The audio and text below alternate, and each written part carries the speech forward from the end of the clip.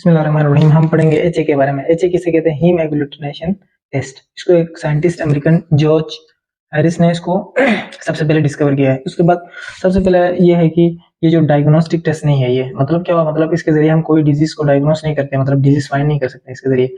ये सिर्फ और सिर्फ 4HA फाइंड करते हैं, टाइटर या फिर वायरस टाइटर फाइंड करने के लिए 4HA फाइंड करने के लिए इस्तेमाल होता है, ताकि आगे कोई वैक्सीन वगैरह जो भी कोई चीज बनाने के लिए कोई भी ऐसा टेस्ट जिसमें एंटीजन और एंटीबॉडी आपस में मिल जाए, ठीक है, और आगे क्लम्प्स बनाए, उसको कहते हैं एग्लूटिनेशन टेस्ट। तो हीम एग्लूटिनेशन, जहाँ पे हीम का मतलब ब्लड, एग्लूटिनेशन मतलब ब्लड ऐसे क्लम्प बना के विजिबल होता है, इसलिए हीम एग्लूटिनेशन कहते हैं। तो एग्लूटिनेशन किसे कहते हैं? एंटीबॉडी और एंटीजन का। अच्छा, इसका प्रिंसिपल क्या है? प्रिंसिपल ये देखो, जब कुछ वायरसेस ऐसे होते हैं, ठीक है, ये वायरस है, ये आरबीसीएस है। कुछ वायरसेस ऐसे होते हैं जिनके सरफेस पे क्या होते हैं, ऐसे ग्लाइकोप्रोटीन्स होते हैं, ठीक है, सरफेस पे ऐसे, ठीक है। और इन ग्लाइकोप्रोटीन्स के ऊपर, ठीक है, ग्लाइकोप्रोटीन्स में एक प्रोटीन होता है, कौन सा?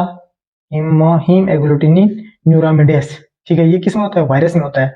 और ये वजह बनता है, ये जरिया है कि इसकी वजह से ये जो वायरस है वो जाके आरबीसी की जो सरफेस है उसके ऊपर ऐसे अटैच होता है, क्लम्प होता है।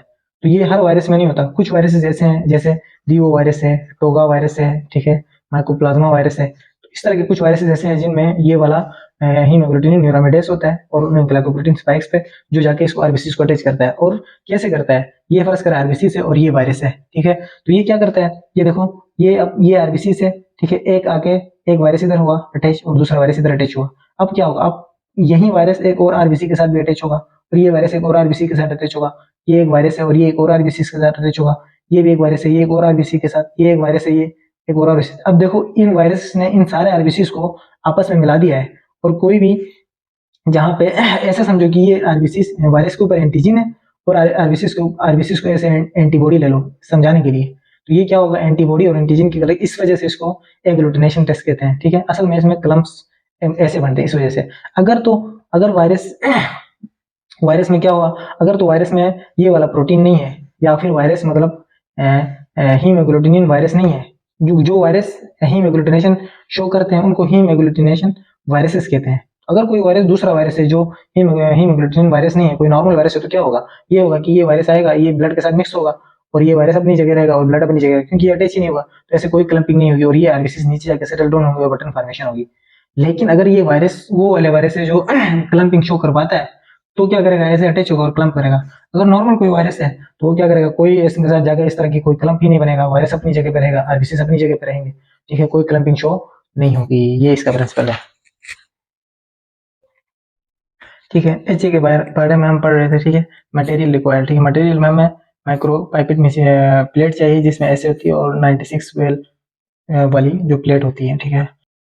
इसके ये होते हैं कि ऐसे 12 होते हैं और ऐसे 8 होते हैं, ठीक है, और इस तरह पूरे 96 होते हैं। उसके बाद माइक्रो पाइपेट चाहिए। उसके बाद केमिकल एजेंट्स में हमें कौन कौन से पीबीएस मतलब फॉस्फेट बफर सोल्यूशन, या फिर नॉर्मल सलाइन, इन दोनों में से कोई भी हो चल जाएगा, क्योंकि इसके जरिए हमने सिर्फ सोल्यूशन को बफर बनाना है, पीएच को बराबर करेंगे। उसके बाद एडीटीए हमें चाहिए। एडीटीए क्यों चाहिए? क्योंकि जो हम ब्लड इस्तेमाल कर रहे हैं टेस्ट में वो क्लॉट ना हो, ठीक है, इसके लिए ये एंटीकोगुलेंट है। उसके बाद बायोलॉजिकल एजेंट्स में हमें क्या चाहिए? बायोलॉजिकल एजेंट्स में हमें 1% वास्ट आरबीसी चाहिए। और उसके बाद फाइनल हमारे पास क्या चाहिए? वायरस चाहिए, जिसको हमने टेस्ट करना है, ठीक है। उसके बाद हमने, अब ये जो 1% वाइज आरबीसीज हैं, ये क्या चीज है? तो इनको बनाने का तरीका ये है कि ये सबसे पहले हमने ब्लड लेना है, शीप, गोट, केटल, किसी भी चीज से हमने ब्लड लेना है, ठीक है। उस ब्लड से हमने क्या करना है? 1 ml ब्लड डालना है, ठीक है, एडीटीए वाला, एडीटीए ट्यूब में लेके आना है, ताकि वो क्लॉट ना हो, ठीक है। ये जो एडीटीए मैंने कहा था वो यहाँ इस्तेमाल होता है। उसके बाद हमने क्या करना है? उसके बाद हमने 2 ml वाटर डालना है, डिस्टिल वाटर डालना है, 2 ml, 1 ml ब्लड और 2 ml डिस्टिल वाटर डालेंगे, ठीक है, एडीटीए ट्यूब में। और उसको हम क्या करेंगे? सेंट्रीफ्यूज मशीन में सेंट्रीफ्यूगेशन करेंगे उसकी। सेंट्रीफ्यूगेशन के नतीजे में हमारे पास इस तरह की एक लेयर बनेगी ट्यूब के अंदर। सबसे नीचे आरबीसीज होंगे, उसके ऊपर बफी कोट होगा, ठीक है, उसके ऊपर प्लाज्मा होगा।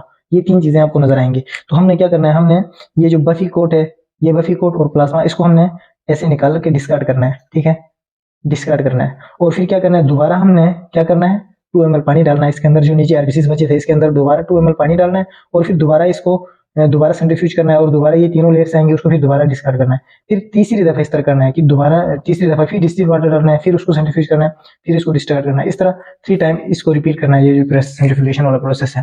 तो जो तीसरे टाइम कर डिस्कार्ड करने के बाद जो हमारे पास नीचे आरबीसीज बचेंगे, ठीक है। उन आरबीसीज को हम क्या कहते हैं, उन आरबीसीज को कहते हैं वाश्ड आरबीसीज।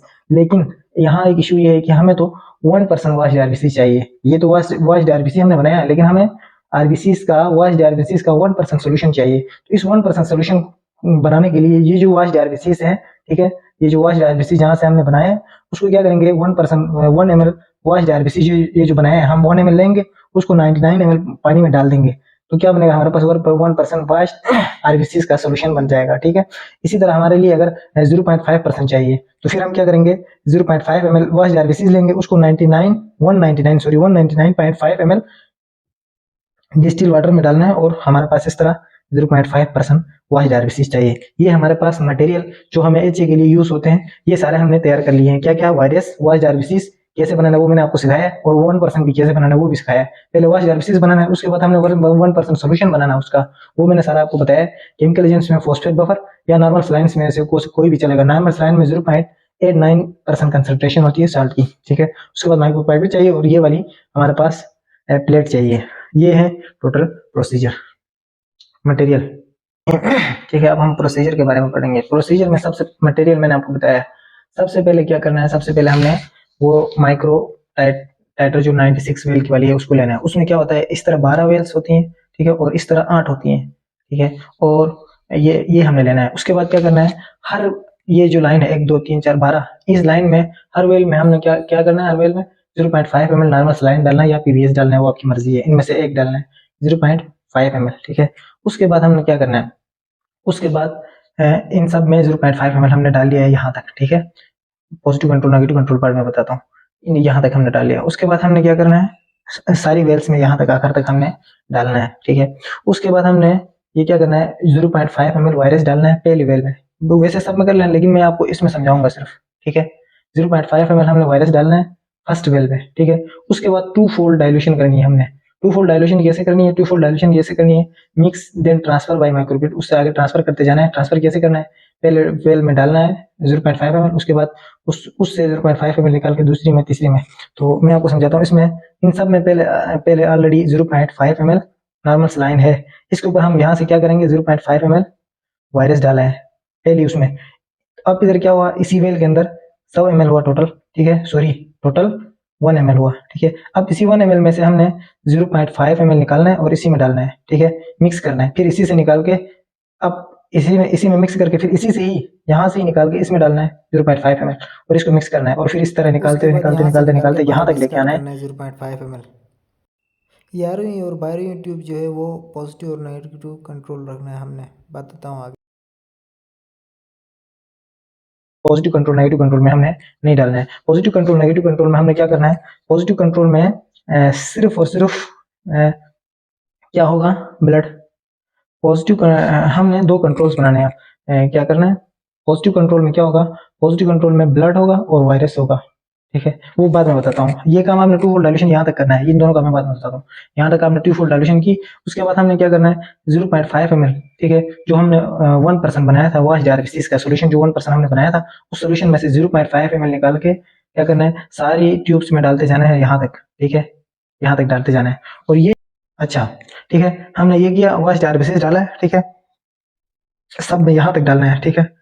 अब एक पॉजिटिव और एक नेगेटिव कंट्रोल हमने बनाना है, और वो क्यों बनाना है मैं आपको लास्ट में बताऊंगा, ताकि हमारा टेस्ट वैलिड है या नहीं है ये पता तो चले। ठीक है, इसलिए बनाना है।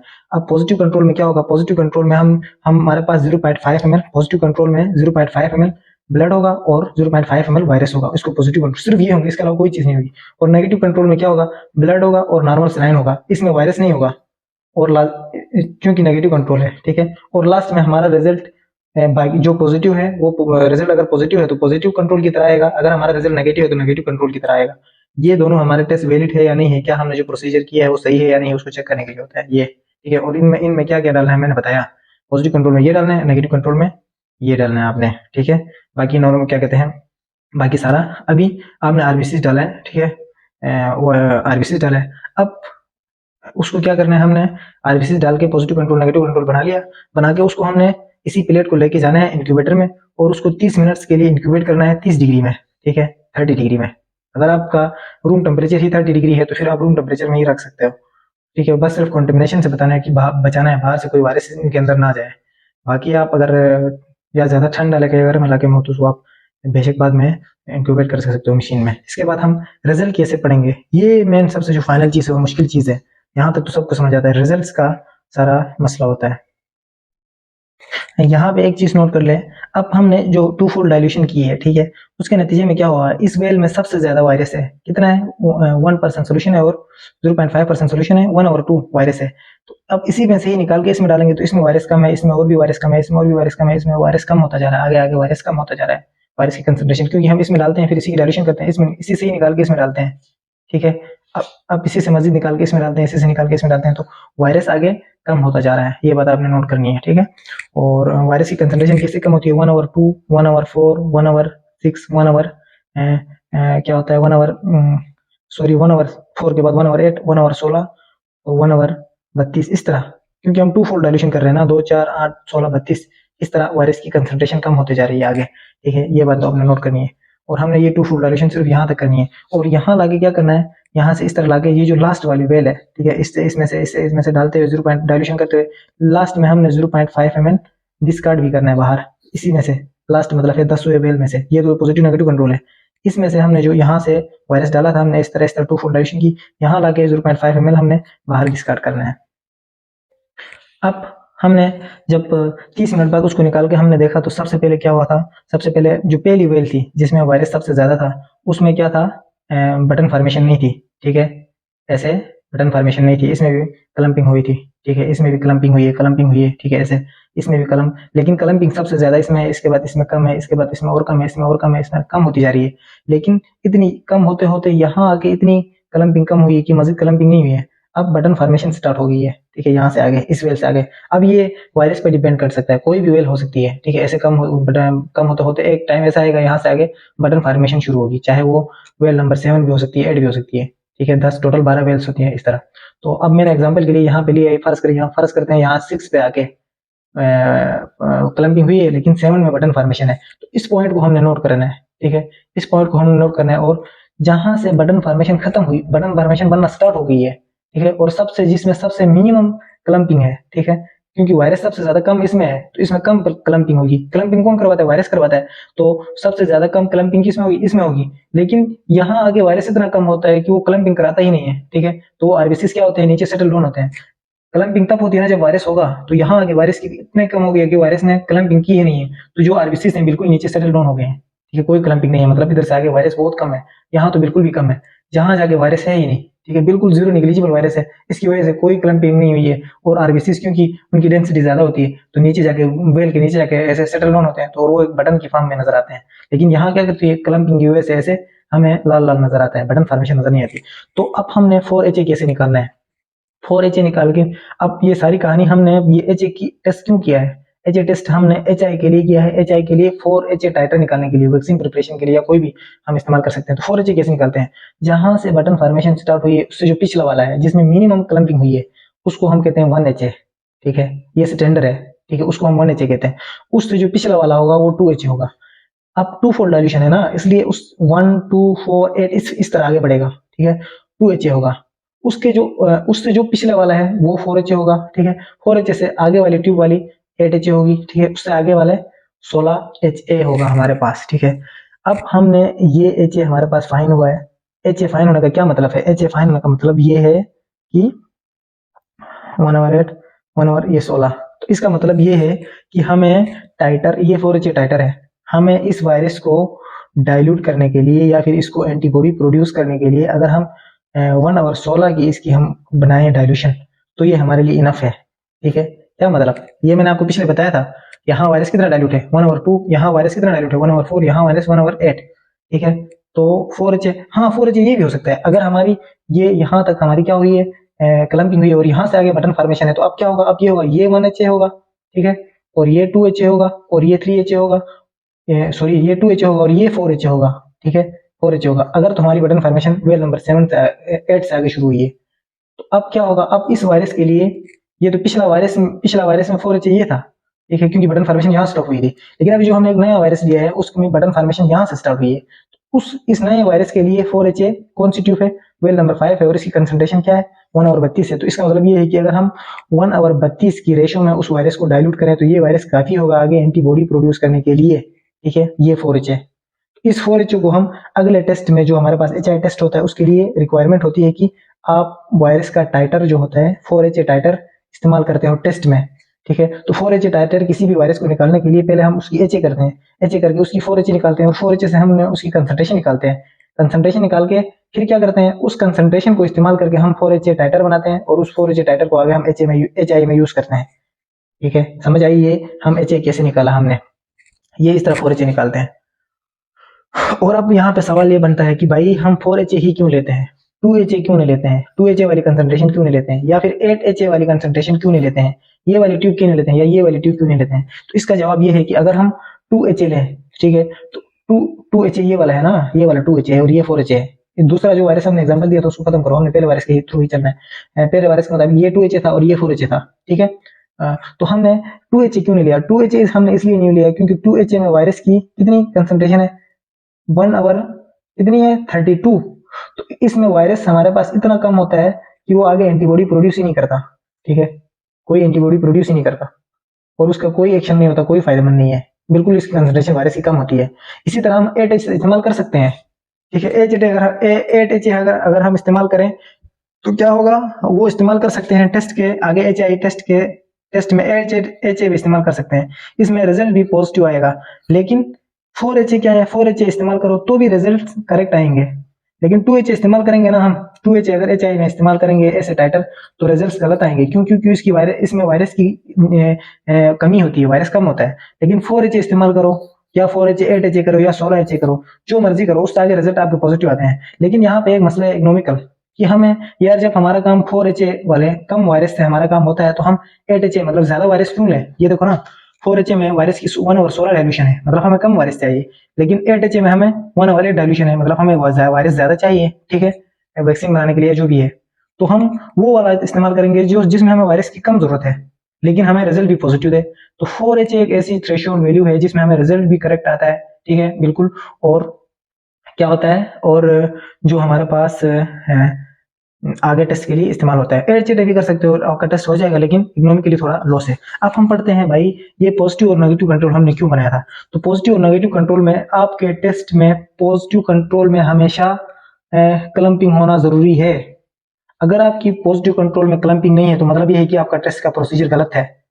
और लाजमी है कि आपकी जो नेगेटिव कंट्रोल है उसमें बटन फॉर्मेशन होना लाजमी है, क्योंकि इधर कोई वायरस हमने डाला ही नहीं था, तो इधर कोई वायरस नहीं है तो फिर यहाँ बटन फॉर्मेशन होना लाजमी है। आपके टेस्ट ये आप बताता है, अगर यहाँ बटन फॉर्मेशन है तो ये पीछे वाला टेस्ट आप बताता है कि आपने टेस्ट सही किया है। और आपका जो पॉजिटिव कंट्रोल है उसमें क्लम्पिंग होना लाजमी है। क्यों, क्योंकि इसमें हमने सारा ही वायरस ही डाला था, ठीक है। तो जब वायरस डाला है तो इसका मतलब क्लम्पिंग होना इसमें जरूरी है, ठीक है। अगर ये क्लम्पिंग है और ये बटन फॉर्मेशन है तो ये आपको गवाही देते हैं कि यार जो आपने टेस्ट प्रोसीजर किया है वो करेक्ट किया है। तो हम पॉजिटिव और नेगेटिव कंट्रोल बनाते हैं इसलिए ताकि अपनी टेस्ट को हम देख सकें।